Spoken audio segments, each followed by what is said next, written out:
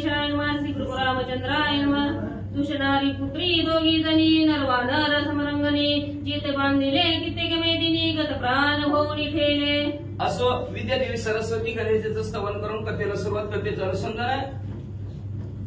प्रभू रामचंद्राच्या दोन्ही मुलांनी नर आणि वानर सर्व असणारे सैन्य आलेलं जेवढं होतं त्या वाल्मिक ऋषीच्या आश्रमात त्या ठिकाणी सर्वांना कर्दळीच्या वनात घोडे शेजारी नेऊन बांधलं म्हणतात. अश्वगज वन आले तेही गत प्राण होऊन ठेले. अश्वगज वन आले तेही गत प्राण होऊन ठेले. किंचित गायाळ उरले तर प्रवेशले अयोध्येपुरी. मग म्हणजे असणारा ते का हत्ती घोडे कित्येक रणांगणाच्या ठिकाणी संपले आणि किंचित जी काय असणाऱ्या जी काय जखमी झालेली होती ती कणत कुतत अयोध्येत पोहोचले. जनकचा माता जैसलवी शोभे पासवत शोभते ऋषी परम ज्ञानवंत सुमंताधिक प्रधान.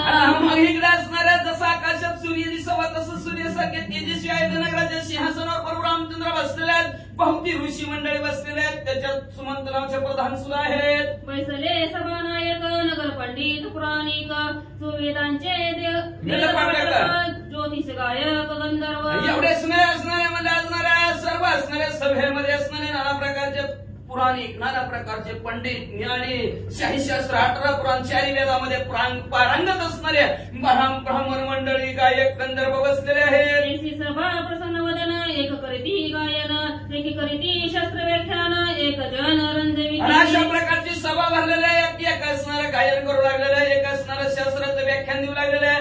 एक असणारं सर्वांचं मनोरंजन करू लागलेलं आहे. नटनाट्य करून देवीकडे रणीचे वीर अश्रुते डवरले जैसे गिरीवर येऊनी श्रीरामासमोर व्रतांत असणारा सर्व रक्ताने मागलेला दूध प्रभू रामचंद्राच्या सभेमध्ये बसला. प्रभू रामचंद्राला काय बातमी सांगू लागली आहे का. म्हणते श्री स्वामीनाथ संग्रामाची परिसा कथा शत्रुघ्न लक्ष्मण भरता धोई कुमारी बांधलेली रणांगणाच्या ठिकाणी आपल्या भरतजी आणि शत्रुघ्नला दोन्ही मुलांनी बांधून ठेवलंय. वीर थोर थोर त्यांनी बंधन पावले समग्र कित्येकी गाये झाले जर्जर जीर्ण सेविले. अनेक आपल्याला असणाऱ्या वानर सेनेमध्ये शूरवीर पराक्रमी असणाऱ्या जे असणारे नर असणारे मानव असणारे सुद्धा कित्येक असणारे मृत्यूकी काय अशी अवस्था झालेली आहे आणि सर्वांना बांधून दोन्ही मुलांनी ठेवलंय. वज्रदेही बाणे उडविले अंबरा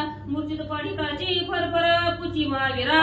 काय सांगायचं आपला वज्रदेही असणाऱ्या हनुमंतराला तर एका बळने आकाशात उडवलं.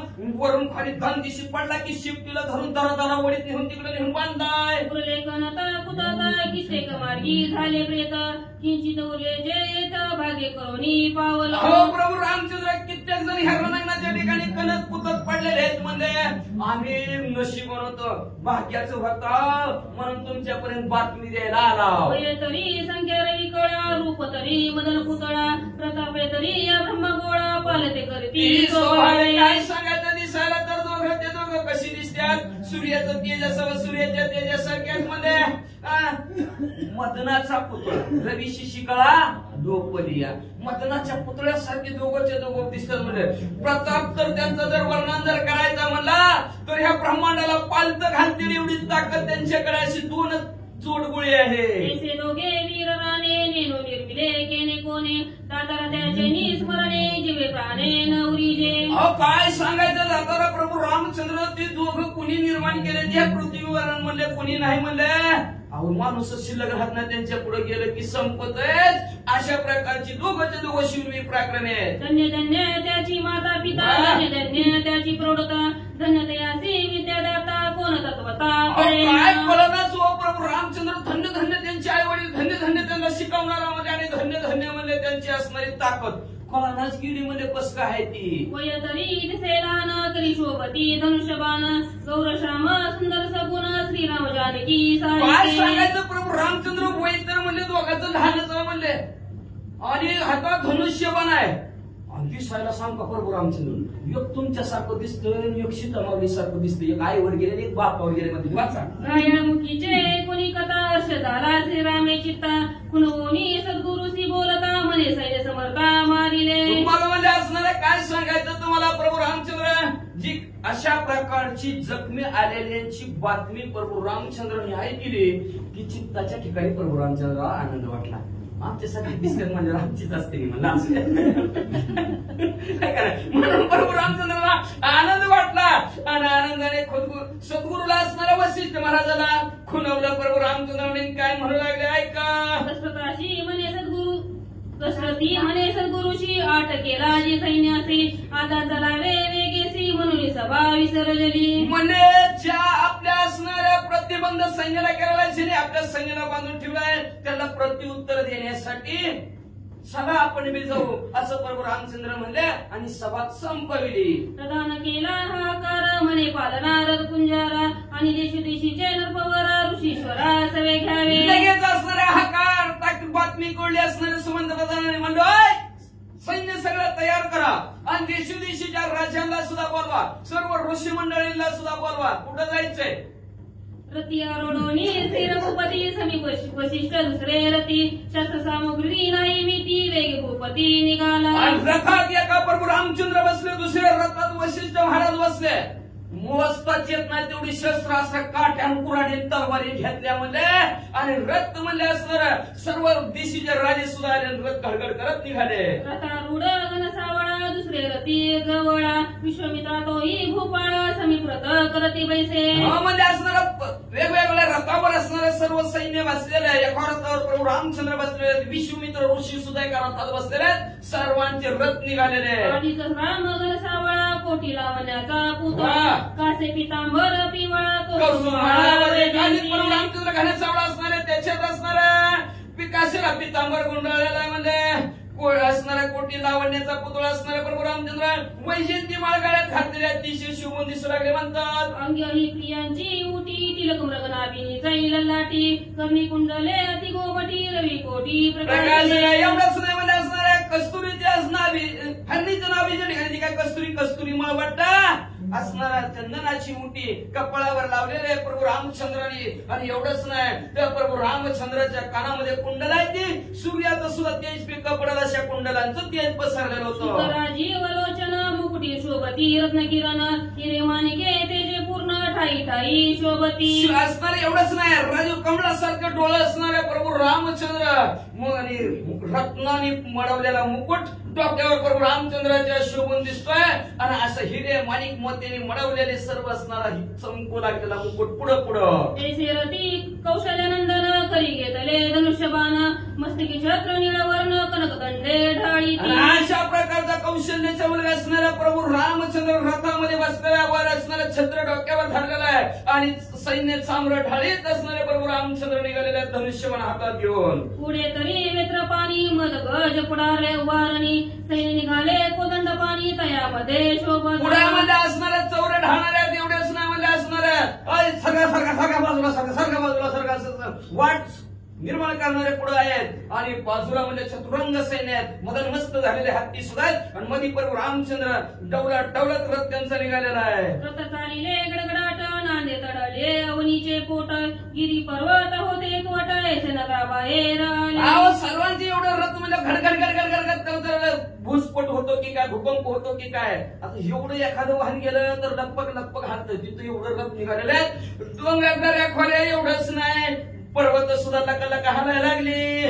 झाले ते अवसरी बालके घेऊनी कडेवरी वनिता येता मालंकरी पुढे देखील. मग तेवढ्यात मध्ये असणाऱ्या अपशकुन प्रभू रामचंद्राला होऊ लागलेले. शकून ते झाले अवशेर शकून अपशकुन नाही शकून आहे की एक स्त्री बाळाला काठीवर घेऊन चालली एखाद्या कार्यक्रमात चालत तशी जर स्त्री गाठ पडली तर शकून चांगलं आपलं काम नक्की पुढचं होणार असं समजायचं. वाचा काग पक्षी दक्षिणे गेली नकुळ भारद्वाजी डावलिले तास वामभागी नेले उजवे झाले मृगगण. मग असणार त्याच्यानंतर जी काय असणार दक्षिण बाजूला कावळा गेला आपल्या तर म्हणायचं शकून आहे चांगलं आहे पुढचं काम चांगलं होणार आहे म्हणायचं. असणाऱ्या भारद्वाज पक्षी आणि नकुळ म्हणजे असणारं मुंबई जरी आडवं गेलं तरी काम चांगलं होणार म्हणायचं. एवढंच नाही जर एखाद्या कदाचित म्हणजे असणार जे काय तास पक्षी आहेत हे तास पक्षी सुद्धा म्हणजे असणार उजव्या बाजूला जर गेलं तर म्हणायचं पुढचं काम नक्की होणार. ह्याला शकून म्हणतात. वाचा. अपसव्या गेल्या कुरंगिनी दोघे गुरु संतोषी म्हणी म्हणती स्तोत्र मंत्र ध्वनी शब्द गगनी न समाती. त्याच्यानंतर असणाऱ्या हरिण तसाच प्रकारे उजवीकडे असणाऱ्या प्रदक्षिणा घातल्यासारख्या पुढून असणाऱ्या हरिणी सुद्धा प्रभू रामचंद्राच्या समोरून गेलेले आहेत. त्याच्यामुळे सर्व विश्वामित्राला वशिष्ठ महाराजांना प्रभू रामचंद्राला वाटलं आता नक्की काहीतरी काम नक्की होणार. म्हणून लक्षात ठेवायचं काही जरी आडवं गेलं तरी 2 मिनिटं थांबायचं आणि कुठला आपल्याला जे काय मंत्र आहे त्याचे मंत्र म्हणायचं. म्हणून मार्ग तुले वेगम जितेंद्रिय बुद्धिमत्ता वशिष्ठ वातात म्हणजे वानर श्रीराम शरण प्रपद एवढं म्हणायचं ठेवायचं. कैलास राणा शिवचंद्र मावळी मनेंद्र माता मुकुटी झळाले कारण सिंधू बहुदो काय तुझ्या शंभू माझं कोण तारीख असं म्हणायचं. पुढे चालत पण थांबायचं. आपण म्हणतो नाही मांजर आडवं गेलं काहीतरी आपलं शकून होणार तेव्हा तसं वाटलं की 2 मिनिटं थांबायचं तो मंत्र म्हणायचा आणि लगेच पुढे जायचं. कोणता पण जीव आपल्याला भेट होती पण श्रीरामजी म्हणा पण 2 मिनिटं थांबायचं. 2 मिनिटं नाही सेकंद तरी थांबायचं. पाऊल जरी पुढे चालत असलं तरी थांबवायचं आणि तो असणार जो काय आपल्याला मंत्र सद्गुरूने दिलेला मंत्र म्हणा आणि पुढे चला. तो अपशकून आपल्याला काय बाधा करू शकत नाही. म्हणून इथं मंत्र मध्ये असणारे सद्गुरू प्रभू रामचंद्र सुद्धा मंत्र म्हणू लागले. वाचा. कनकमरकारी म्हणे स्वामी नेत्र लवती उल्हासे दोन्ही दक्षिण पाऊस पूर्ण म्हणी आनंद थोर होत असे. काय सांगायचं प्रभू रामचंद्र म्हणू लागले बघा माझ्या असणाऱ्या डोळ्याच्या असणाऱ्या जे काय उजवी पापणी लावायला लागली म्हणजे असणाऱ्या डोळ्याची एवढीच ना म्हणजे बघा माझा असणारा जो का उजवा हात आहे त्याला सुद्धा स्फुरण येऊ लागलेला आहे. नक्की काहीतरी आनंदाची बातमी आहे का प्रभू रामचंद्राला आनंद वाटू लागला. तरी कवन लाभ होईल कोण सका भेटेल की जय येईल हे मत परती सांगा सद्गुरू म्हणजे असणार कोणतरी मला सका भेटेल का म्हणजे असणार माझा सका सोबत मित्र मला भेटेल असं वाटायला लागलंय. नक्की मला ह्या रणांना त्या ठिकाणी युद्धाच्या ठिकाणी मला यश प्राप्त होईल असं मला वाटू लागलंय. मग काय होईल व सांगा ऋषीवर्या. सद्गुरू म्हणे अवनिजापती महिमान कळे श्रुतीने ती म्हणती तो तू सर्वात्मा मंगळ मूर्ती अन्न चित्ती अखंड तुझ्या. अहो म्हणजे असणार किरकोटी ब्रह्मांडाच्या नाही का वेदातील श्रुती म्हणते ती श्रुतीला वेदाला सुद्धा ज्याचा पार काढला नाही असे प्रभू रामचंद्र तुम्ही आनंदित झालेला आहोत आणि आनंदित झालेला प्रभू रामचंद्र तरी आम्हाला तरी काय काढायचं. पती चालत मार्ग प्रमोनिया त्वरित आश्रम पावले वाल्मिक जेथ तया स्थळी पावले. अशा प्रकारे मार्गाने चलत असताना शकून होत असताना चालता हे सर्व असणारे प्रभू रामचंद्र आणि त्यांचे वशिष्ठ सद्गुरू असणारे विश्वमित्र असणारे सर्व ऋषी सहित वाल्मिक आश्रमाच्या ठिकाणी सैन्य सहित पोहोचले. इकडे कथानुसंधान लवकुश दोघे जण माते प्रति प्रतापवन काय बोलते पै झाले. इकडे असणाऱ्या कथानुसंधान ऐका लवकुश आपल्या आई जवळ सीतामावली जवळ थांबलेले आहेत. आईला काय म्हणतात ऐका. मातेसी म्हणती दोघे कुमार युद्ध आला से रघुवीर सैन्य सजोनी अपार बंधू सोडविण्या कारण. एवढ्यात पळतच गेली आई जवळ आणि आईला म्हणजे आई आई आई बघती तो प्रभू रामचंद्र म्हणजे किती मोठं सैन्य घेऊन म्हणजे त्यांच्या भावाला सोडायला बरं तिला शत्रुघ्नला सोडावं आल्यात म्हणजे पळा आता याची युद्ध करू श्रीरामा ते जीत धरू वर कड सैन्य जीवे मारू हा चामुचा निश्चय. काय निश्चय करू बरं आई सांग बरं तुम्ही म्हणजे असणार आता आपल्याला ह्यांच्या बरोबर युद्ध करावं लागेल म्हणजे त्या प्रभू रामचंद्राबरोबर युद्ध करावं लागेल त्यांना जिवंत धरावं लागेल आणि प्रभू रामचंद्राबरोबर जे सैन्य असेल त्यांना मारावं लागेल. आई काय करायचं. ऐसी प्रतिज्ञा करून शृंगारिले दोघे जण करी घेऊन धनुष्यबाण जानकी सप्रतीक्षणापैकी. अशा प्रकारची प्रतिज्ञा केली प्रभू रामचंद्राला असणाऱ्या ठिकाणी जिंकून त्यांचं वरकड सैन्य मारवं अशी प्रतिज्ञा केली. लगेच सज्ज झाले धनुष्यबाण काखेमध्ये दोघांनी पाहता अडकवला धनुष्य हातामध्ये घेतले. वीर श्रेणी दोघांमध्ये निर्माण झाली गेली आणि सीतामावलीला प्रदक्षिणा घातली त्यांचा आशीर्वाद घेऊ लागले. दोनिया श्री गुरु श्री अग्नि कुसोनी मातेसी वाल्मिकमये तयांसी निर्वाणे ते करावे. मग लगेच असणारा सद्गुरू वाल्मिक ऋषी जवळ गेले त्यांना साष्टांग घातला. सीतामावलीलाही नमस्कार केला त्यांचाही आशीर्वाद घेतला आणि वाल्मिक ऋषी म्हणजे आता निर्वाण शेवटचं युद्ध आहे बरं का. लक्ष देऊन डोळ्यात तेल घालून रविवार पर्यंतच परत शंभू म्हणे दक्षयानीसी अपूर्व कथा परियेसी जे वर्तिले नाही सृष्टीशी देखील नाही केले. म्हणजे तेवढ्यात पार्वती मध्ये काय चाललंय काय नाही चाललं म्हणजे त्या श्री संकल्प पूर्ती श्रीराम मंदिरामध्ये रामायण चाललंय त्या रामायणाची रविवारी सांगताय म्हणते ती आणि त्या सांगते निमित्त म्हणजे असणारा सकाळी 9 ते 11 नगर प्रदक्षिणा ग्रंथ दिंडे म्हणतात. बरं बरं बरं बरं बरं बरं बरं आणि ग्रंथदिंडी आहे म्हणतात आणि त्याच्यातच म्हणजे असणाऱ्या ग्रंथदिंडी नगर प्रदक्षिणा आहे म्हणतात. 9 ते 11 ते 1 मध्ये असणार कथेची सांगता होणार आहे आणि 1 ते 4 पर्यंत महाप्रसाद आहे म्हणजे. आणि त्या महाप्रसादासाठी अतिशय ज्ञानवंत गुणवंत आणि गोड वाणीचे असणारे आपल्या हित असणारं सूचकाचं काम करणारे गोड कथा सांगणाऱ्या श्रीहरी अभिमन्यू लावंड सौंदर्यकर या राम भक्तांनी महाराजांनी आपल्या ह्या उद्याच्या कार्यक्रमासाठी 501 रुपये देणगी दिलेले. धन्यवाद. युद्ध पिता पुत्रासी जाण सूर्यवंशी होईल दारुण ते पाहू चला विंदान वाल्मिकीचे आश्रमी. म्हणजे पार्वती मध्ये शंभो शिव पार्वती हर हर महादेव. म्हणजे काय झालंय काय नाही झालं म्हणजे ते पृथ्वी तलावर म्हणजे शेजारीच्या बापलेकाची भांडण लागली ती बापले भांडण करायला लागली म्हणजे चला चला चला चला बघायला चला. आता चला म्हणजे कोणी येत थांबणार आहे का म्हणजे. महादेवजी म्हणजे पार्वती माता त्या दोघा समज काय चाललं म्हणजे काय ना त्या पृथ्वी तलावर प्रभू रामचंद्राचे त्या लवकुशाचे भांडण लागले म्हणजे आपल्याला मी बघायचं. पार्वती म्हणजे होय खरं काय भाकरी करत होत्या पिठाने हात भांडायला तशाच निघाली म्हणजे भांडणं बघायला वाचा. श्रीराम पुत्र होईल बेटी श्री कथा सुरस मोठी तो पार्वती म्हणे दुर्जटी कोणी समयी स्वामी. मग तेवढ्या आत म्हणजे महादेवजी म्हणजे असं नाही काय भांडण नाही बघायचं म्हणजे असणार. मुलाची भांडणं जरी असली देवाची भांडण असली तर जगाच्या कल्याणासाठी असतात म्हणजे असणार. म्हणजे 2 बापलेकाची भेट होणार आहे ती लांब गेली म्हणजे काहीतरी कारणासाठी दोघांची भेट होणार आहे म्हणजे. मग ती बघाय आपल्याला जायचंय. मग पार्वती म्हणजे कधी जायचं उशीर काय उशीर नाही कधी नाही जायचं रविवारीच यायचं. श्रीराम कोण कैचा पुत्र कोण वंश कोण गोत्र तुम्ही जपत असा जो श्रीराम मंत्र तोची काय स्वामी. पार्वती म्हणजे कोणचा प्रभू रामचंद्र कोणचा श्रीराम कोणचा वय कुठला नाही ती संकल्पपूर्ती श्रीराम मंदिर म्हणलाच दुसरीकडला कुठला नाही म्हणजे असणार. अहो तुम्ही त्याचं ध्यान करता पण आहे सारखं श्रीराम जय राम जय जय राम म्हणता त्या प्रभू रामचंद्राची वय त्यांना मी पूर्ण झाले ती का म्हणजे. अहो 2 आहेत ती म्हणले चल त्यांची असणारी पुता पित्रांच्या भेटीचा सोहळा हा शुभ सोहळा स्वर्गी नाही परत ऐकायला नाही परत भेटणार नाही बघायला. म्हणून यारे यारे लहान थोर याती भट्टी नारी नर सकलांशी येते आहे अधिकार पोट भरून खावा. श्रीवारी म्हणे तोची जाण दयाच्या मी अखंड ध्यान तोची श्रीराम ब्रह्मपूर्ण कार्यकारणे अवतरला. असं आपण आम्ही ज्याचं ध्यान करतो महादेवजी म्हणला आम्ही ज्याचं ध्यान करतो जयामुळं त्याचं आम्ही अखंड ध्यान करतो. बरं का लक्षात ठेवा महादेवजीच्या घरी सगळी विरोध पार्टीत यायची एकमेकाच्या विरोधात यायची. इथं मूर्ती नाही इथं लिंगाच्या रूपात नाही महादेवजी. बरं का महादेवजीचा फोटो असला तर बघा महादेवजीच्या गळ्यात साप आहे बघा तिकडे वाहन नंदी आहे. पार्वती माता बी त्यांच्याच घरचे परत असणार त्यांच्याच घरी कार्तिक स्वामी आहेत गणपती बाप्पा आहेत. सापाचं मुंद्राचं जमतंय का कधी कधीच जमत नाही पण इतरी एका घरात राहते. सिंह पार्वती मातेचं वाहन सिंह आहे आणि महादेवजीचं वाहन काय बैल. बैल आणि सिंह एकत्र आलेले बघितलं का. पण ती राम नामाच्या ध्यानाच्या जोरावर विरोध पार्टी सुद्धा आपापलं वैर विसरून गेलेले आहेत.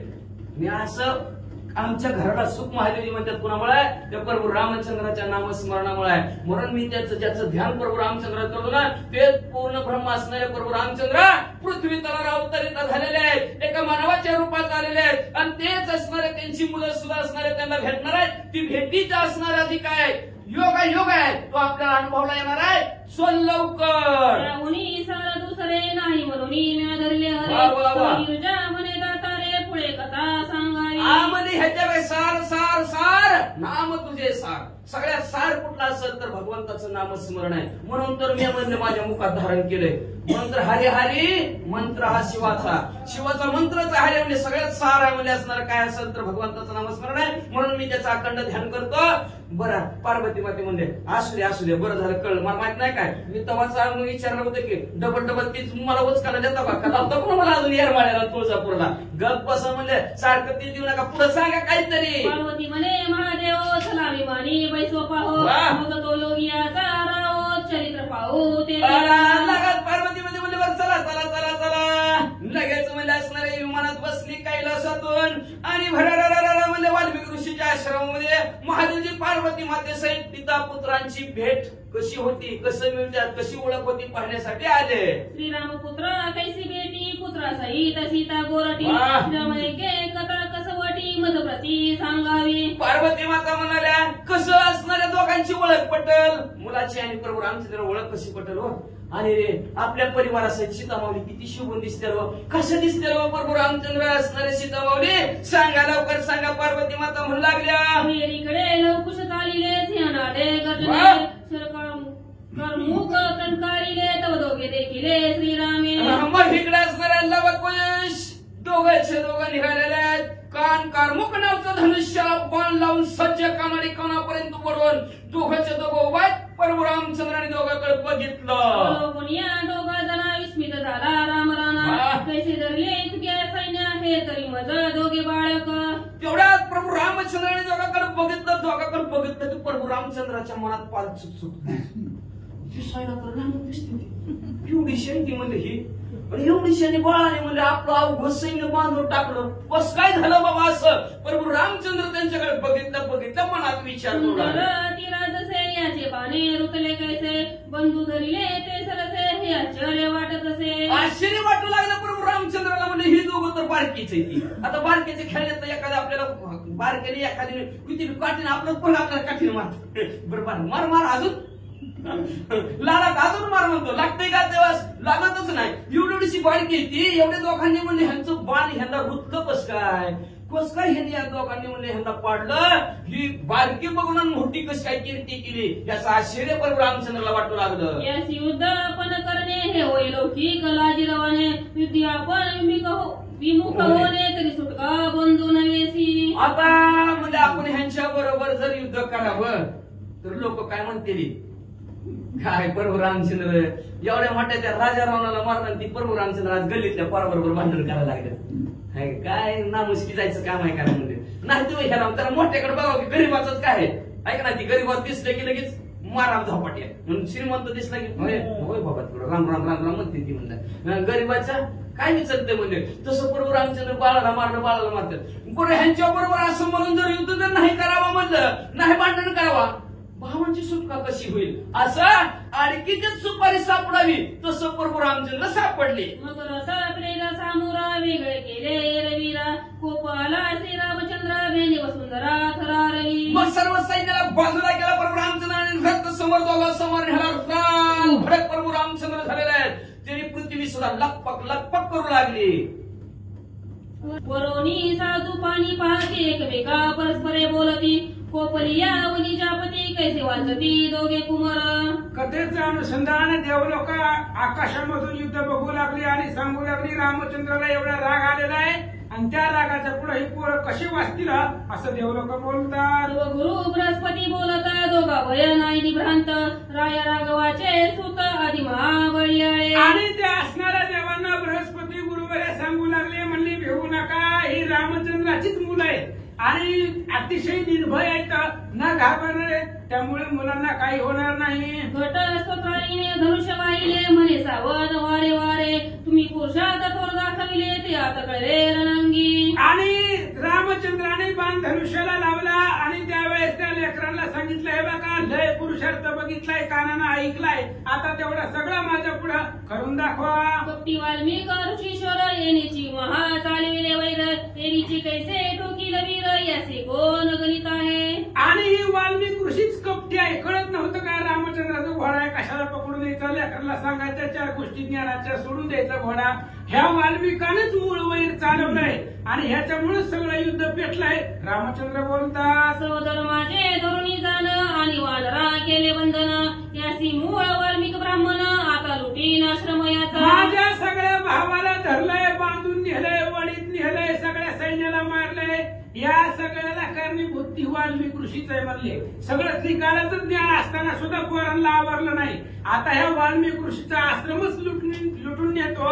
रामचंद्र बोलतात वाल्मिकीने संग्रहिले शस्त्रविद्ये निपुण केले चेष्टाओनी बंधू धरविले या बाळा कारणी. आणि ह्या वाल्मिकानं सगळं केलेलं आहे. ह्या पोरांना विद्या कोणी शिकवली वाल्मिकानं शिकवले आणि वाल्मिकाला सगळंच माहिती होतं, तरी सुद्धा माझ्या भावाला हे लेकरांच्या हातून धरवले. रामचंद्र बोलतात, आता बंधूचे उसने घेईन, तुम्हा दोघा धरून नेईन, ऋषी आश्रम भंगीन, अवघे करी निष्कंटक. आणि मी माझ्या भावाला तर सोडविलच सगळ्या, आणि तुम्हा दोघाला धरून जिवंत अयोध्येला घेऊन जाईल असं रामचंद्र बोलतात. शापशर पाणीचे कोणी वचन, कुश बोलता झाला जाण, तुमचा प्रताप दारुण आम्हा श्रोत झालसे. आणि रामचंद्राचं असं बोलणं ऐकलं त्या असणाऱ्या लवकुशाने. त्यावेळेस ज्येष्ठ असणारा कुश रामचंद्राला सांगू लागला, म्हणली रामा तुमचा पराक्रम आम्हाला माहिती आहे, रिपीट करतो ऐका. डोळे खावा रघुराजे, घरच्या सांडोनिया भाजे, लोकी यश मिरवीजे, हे चाचर वाटत असे. अहो काय तुमचा पराक्रम आहे, नांदती स्त्री दवडली. अरे घरामध्ये नांदणारी स्त्री पत्नी तिला बाहेर हाकलून दिला, आणि स्त्रीला हाकलून दिल्यानंतर ना त्याची अपकीर्ती होत असते. हीच तुमचा पुरुषार्थ आहे, पराक्रम आहे. कुश बोलू लागला, बापुरी ताटिका मारिली, रावण भगिनी विटंबिली, तेसी तुमची कीर्ती ऐकली, जगामध्ये प्रसिद्ध. अरे तुम्ही फक्त स्त्रियांवरच पुरुषार्थ करता, घरात राहणाऱ्या स्त्रीला हाकलून दिला. त्या असणारी ताटिकेला मारलं, रावणाची बहीण शूर्पणखेला मारलं, स्त्रियांवरच तुम्ही विजय मिळवत आलात असं कुश बोलू लागला. ऐसे तुम्ही वडील दारुण, आम्हा दिसता स्वापित्या समान, या लागी रागवतो महिमान, आता वाल्मिका शरण तुम्ही हे यावे. बघा तुम्ही कसं आहे, वडिलासारखे आहेत आम्हाला, त्याच्यामुळे तुमचा मान राखतोय.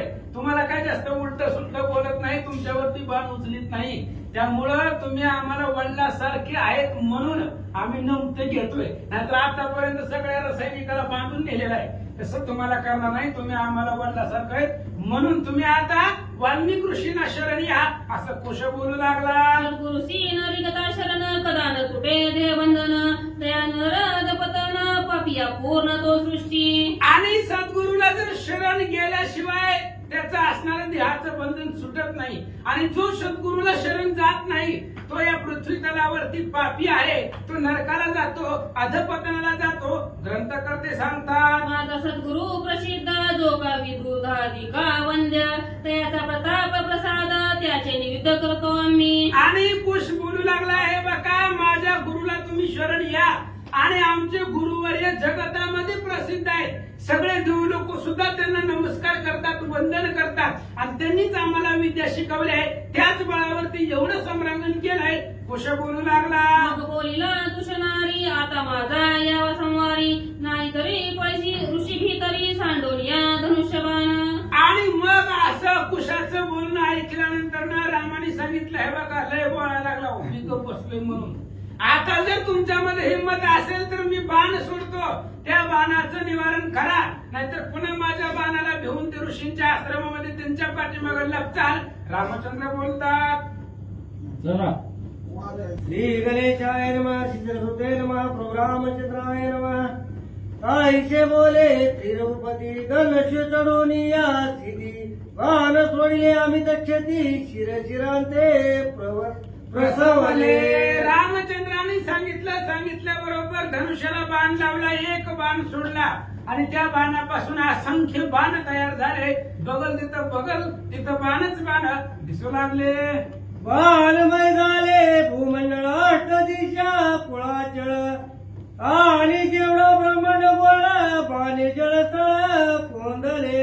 एवढे बाण सोडले रामचंद्राने, जिथं बघल तिथं अष्टदिशा कुळाचळ, पर्वत, भूमंडळ, पृथ्वी, आकाश, सगळीकडे बाणच दिसू लागले. आईचे अद्भुत येता पान, वरचे वरी तोडले कुशे जाण, उदय होताना विकिरण, उठगण लोपती अपसया.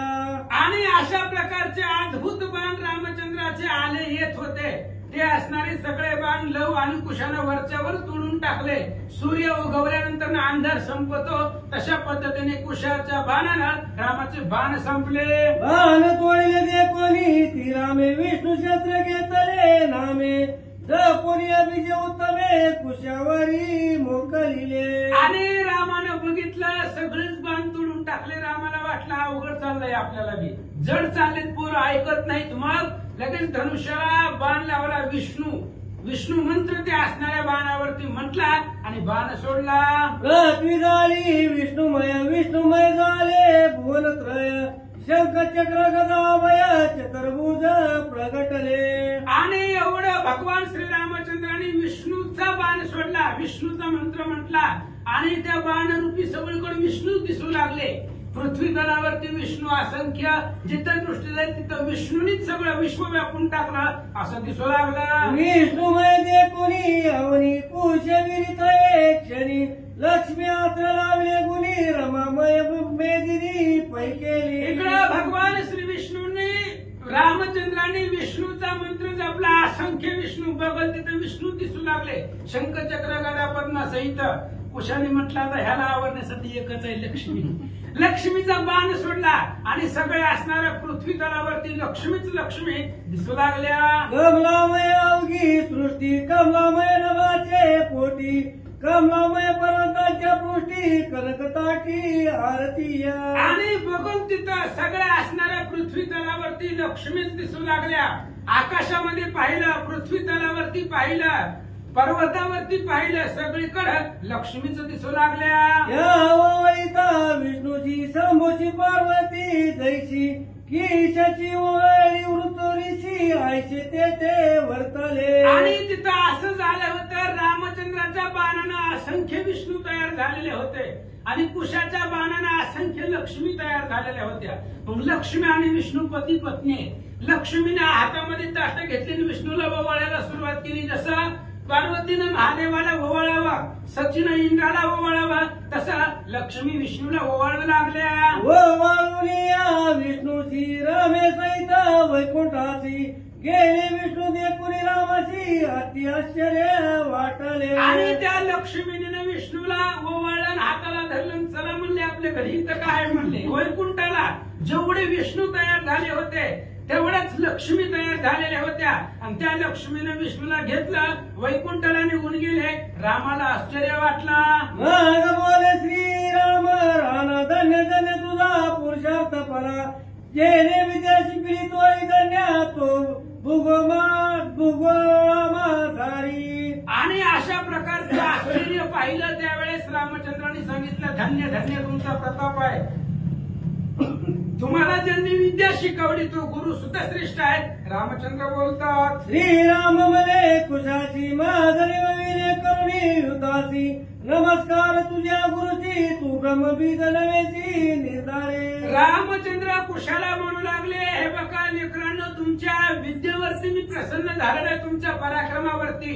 ज्यानं ज्या पूर्ण तुम्हाला विद्या शिकवलेली आहे तो ब्रह्ममूर्ती आहे, त्याच्यापाशी अफाट सामर्थ्य आहे असं रामचंद्र बोलतात. बोल तुझं का चरणी हे मज सांगितले करुणी तो क्षत्रियाचा निश्चयनी मज मानसी गमता आहे. रामाने विचारलं, हे बघा लेकरांनो, तुम्ही युद्धाच्या ठिकाणी खूप अवघड चाललात, कुणालाच ऐकत नाही. तुम्ही ऋषी मुनीची मुलं नव्हत, तुम्ही कोणत्या तरी क्षत्रियाचे आहे, जो जगतामध्ये शूरवीर योद्धा आहे त्या योद्ध्याची तुम्ही मुलं आहेत. मग तुमचे आई वडील कोण आहेत, नाव सांगा.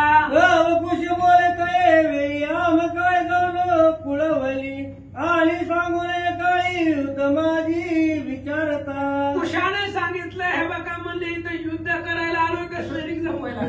कशाला आलोय म्हणले, युद्धा ठिकाणी भांडणाच्या ठिकाणी कुठल्याही प्रकारचं ओळख द्यायची नसते, सांगायचं नसतं आणि इथं युद्ध करायचंय.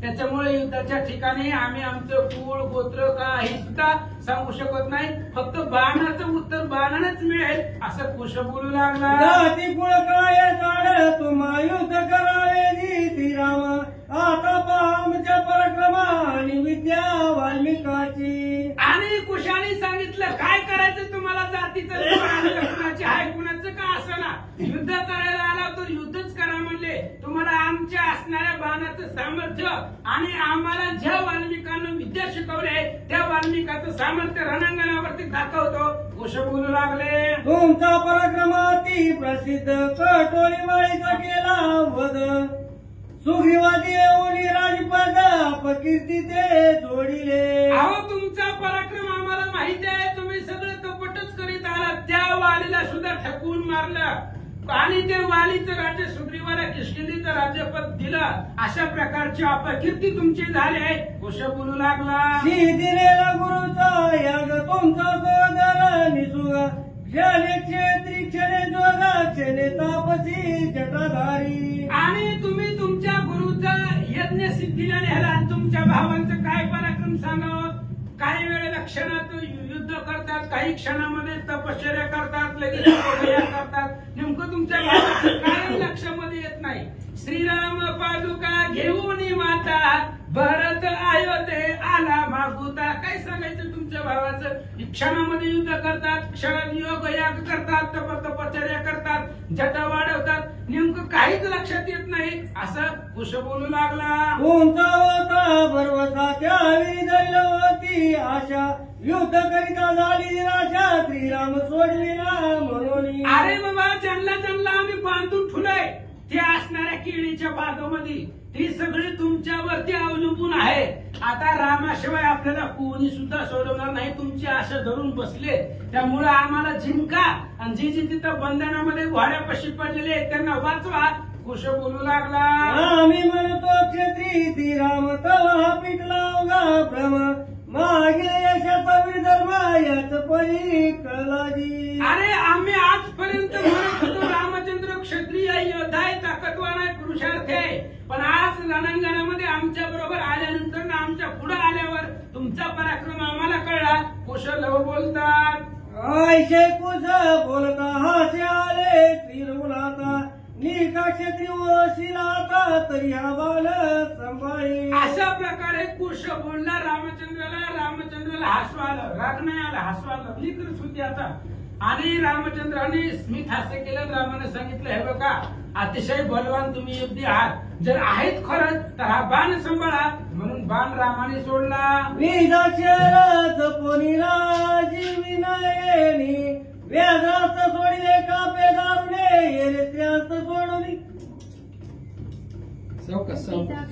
बीजाक्षरे जपुनी राजी विनयने व्याघ्रास्त सोडिले कापे दारुणे येरे स्त्रियास्त सोडी तक्षणे व्याघ्रास्त अवघे निवारिले. आणि रामचंद्राने सांगितलं हे बाणाचं निवारण करा म्हणून वाघाचं अस्त्र भगवान श्रीरामचंद्राने सोडलं. आणि ते असणाऱ्या वाघाचं सिंहास्त्र रामचंद्राने सोडलं. आणि ते सिंहास्त्राचं निवारण करण्यासाठी कुशाने वाघ अस्त्र सोडलं. वाघाने सिंह संपवले, अस्त्राने अस्त्र संपवलं. शेवेची कापुनी श्रीरघुपती शेर सोडले किती कुशालुमुनी श्रीरघुनाथ भाती प्रवेशती ते काही. आणि लगेच असणाऱ्या रामचंद्राला राग आला आणि रागाच्या आवेशामध्ये एवढी शस्त्र सोडली. नेणू किती काय माहिती किती सोडली, असंख्य सोडलं. त्या शस्त्रांचं मोजमाप सुद्धा करता येत नाही.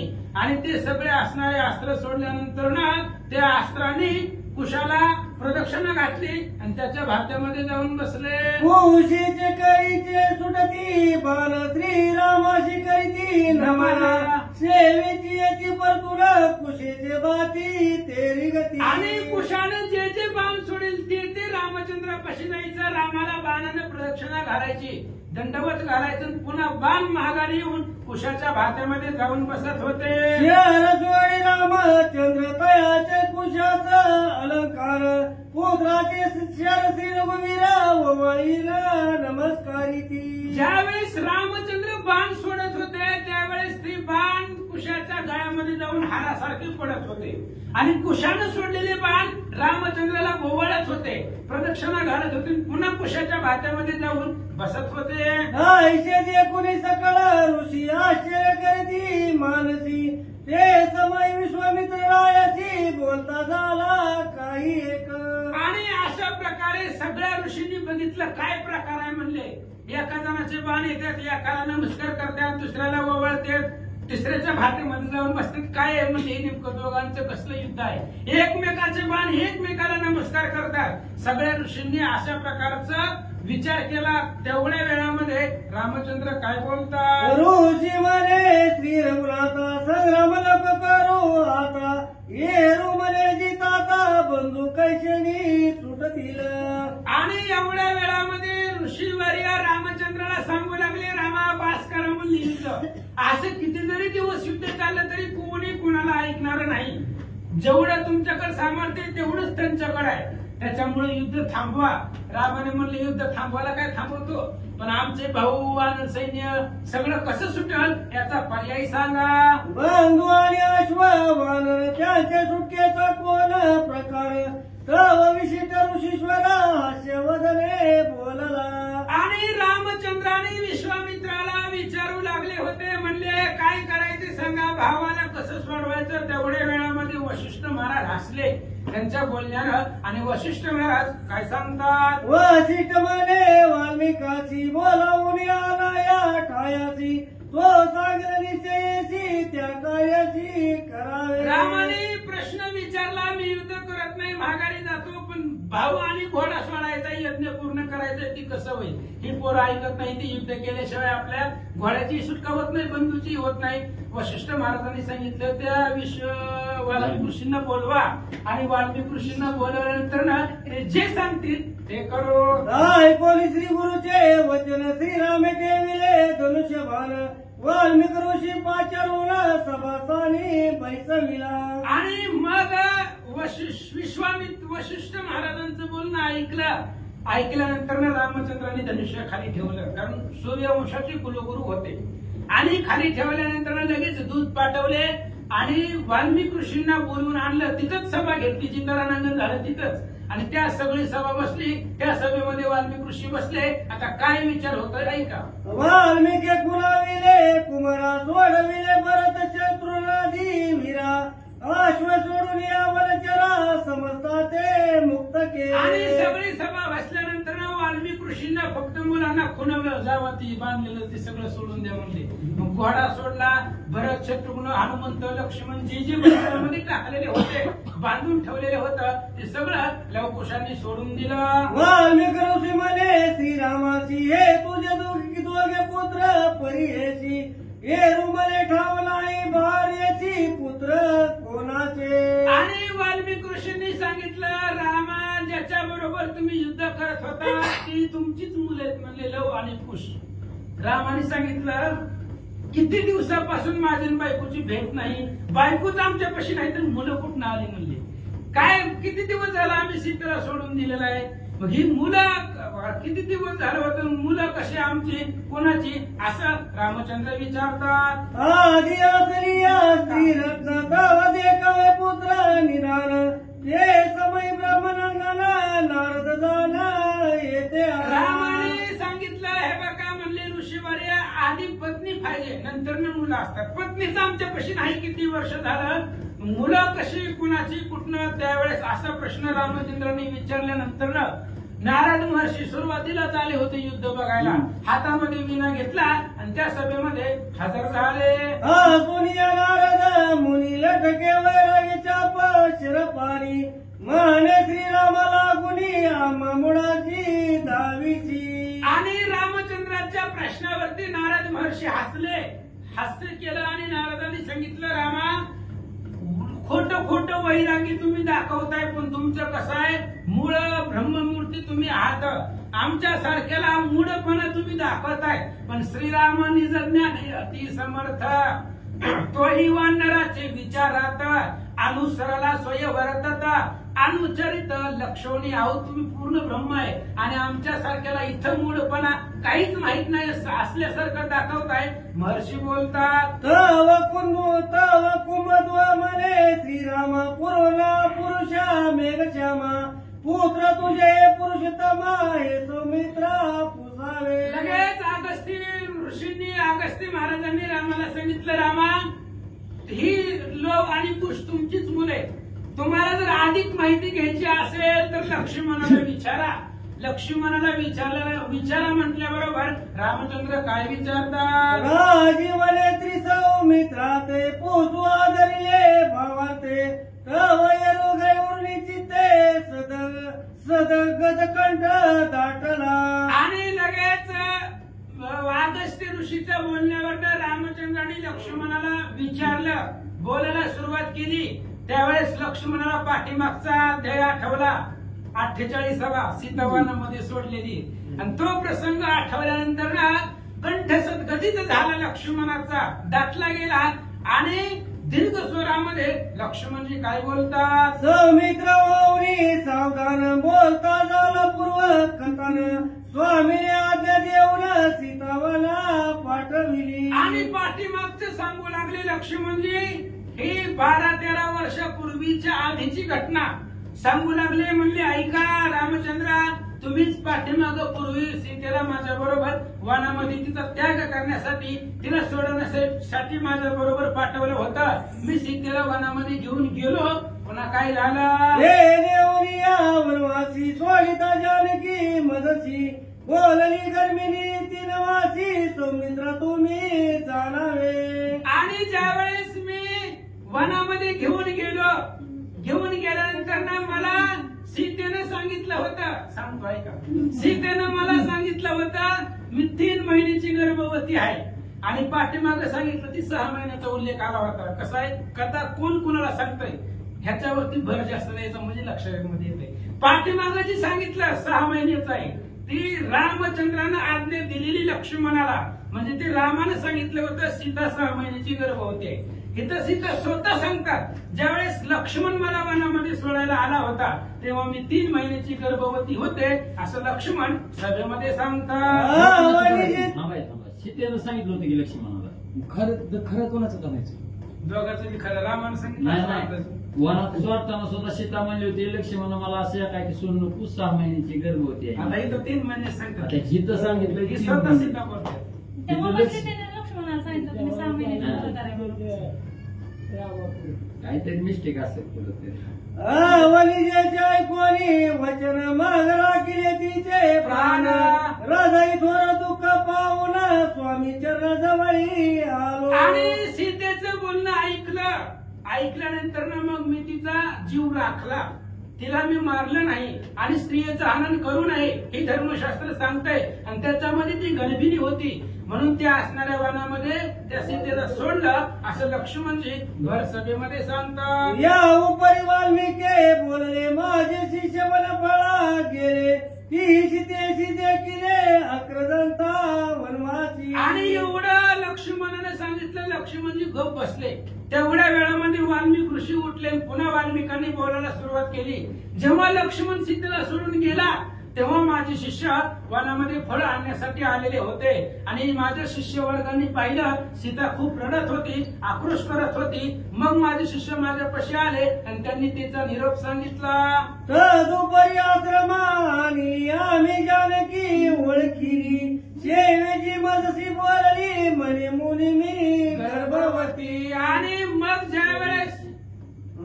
ज्यावेळेस माझ्या शिष्यांनी मला सांगितलं की एक स्त्री अनाथासारखं वनामध्ये रडत आहे, लगेचच मी असणारा पूजेचं साहित्य घेऊन गेलो, सीतेची पूजा केली, तिला माझ्या आश्रमामध्ये आणल्याबरोबर तिने सांगितलं होतं तेव्हाच की मी गर्भवती आहे.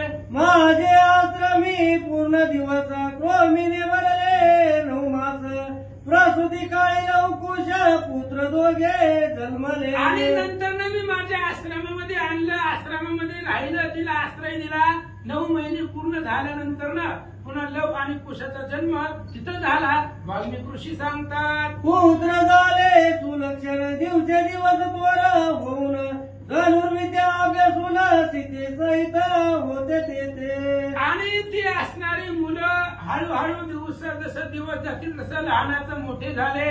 विद्या शस्त्र अस्त्रामध्ये पारंगत केले आणि सर्व शस्त्र अस्त्र विद्यामध्ये परिपूर्ण केले. वाल्मिक ऋषी सांगतात तुमचे पुत्र निपुण केले आता सांभाळीचे आपले म्हणून दोघा भेटविले श्रीरामाची ते समयी. आणि त्यावेळेस त्यांनी सांगितलं वाल्मिक ऋषींनी ऐका रामचंद्रा तुमची मुलं शस्त्र अस्त्र विद्यामध्ये एवढी प्रवीण केलेत की जगाच्या कार्यकर्त्या ब्रह्मांड नायकाला रामचंद्राला सुद्धा ऐकत नाही. एवढे परिपूर्ण शस्त्र अस्त्र विद्येमध्ये केलेत. आमचं गुरु या नात्यानं काम संपलं. आता ही तुमची पत्नी तुमची मुलं तुम्ही सांभाळा. वाल्मिक ऋषी सांगतात श्रीरागवे दिदरे आलिंगन सजन दोळी झाले नयन शारेक तश्रेष्ठ होऊन मग मांडिये बैसविले. आणि असं वाल्मिक ऋषींनी सांगितल्यानंतर ना लगेच रामचंद्राने आपल्या असणाऱ्या मुलांना आलिंगन दिलं, मिठी मारली आणि आपल्या मांडीवरती बसवलं. आनंद झाला श्रीरामाची दे कोणी लवू कुशाशी पुनरपी चुंबल घेऊन त्याशी करे कुरवाई मस्तक.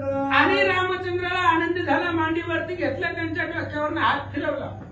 भरत शत्रुघ्न लक्ष्मण आणि सकल वानर सैन्य लंकाधिपती विभीषण समस्त तयाशी भेटविले. आणि मग रामचंद्राने आपल्या असणाऱ्या मुलांना सगळ्या वानर सैन्याला भेटवलं, लंकेचा राजा विभीषणाला सुद्धा भेटवलं म्हणतात. हनुमंत सुग्रीव जांबवंत आनंद लवकुश भेटत आणि ऋषी विश्वती म्हणतात नमस्कार केला पुत्री. आणि सुग्रीव आहे, जांबुवंत आहे, हनुमंत आहे, सगळ्या असणाऱ्या लवकुशाला रामचंद्रांनी भेट घडवून दिली. अनेक महंत सिद्ध साधक ऋषीमुनी होते.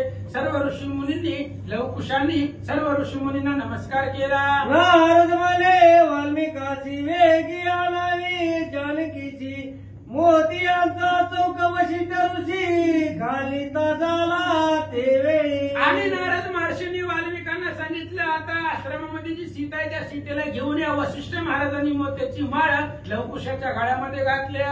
नवीन जनक बाळा असावे आली तिच्या डोळा एरी लागली जनक बाळा विष्णादी ऋषीचे.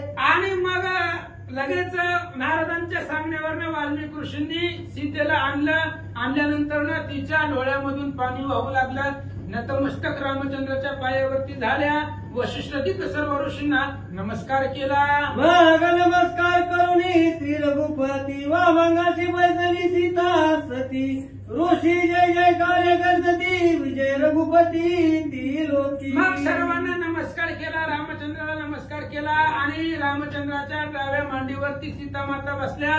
सर्व ऋषींनी रामाच्या नावाचा जय जयकार केला. जय काय कैलासी त्रिपुरारी आरंगी घेऊन या बैसे गौरी गणेश आणि तरकारी दक्षिणांगी शोभत. जसं महादेवजींनी आपल्या असणाऱ्या मांडीवरती पार्वतीला घ्यावा आणि दुसऱ्या मांडीवरती कार्तिक स्वामी आणि गणपतींना घ्यावा, तसं डाव्या मांडीवरती सीतेला बसवलेला आहे, उजव्या मांडीवरती लवकुशाला बसवलेला आहे, असं सांगू लागले. ऐका झाला महोत्सव भार्यपुत्र सहित देवादिदेव विजय झाला ऋषी समुदाव जय जयकारे गर्जिनले. आणि अशा प्रकारचा उत्सव त्या ठिकाणी झाला.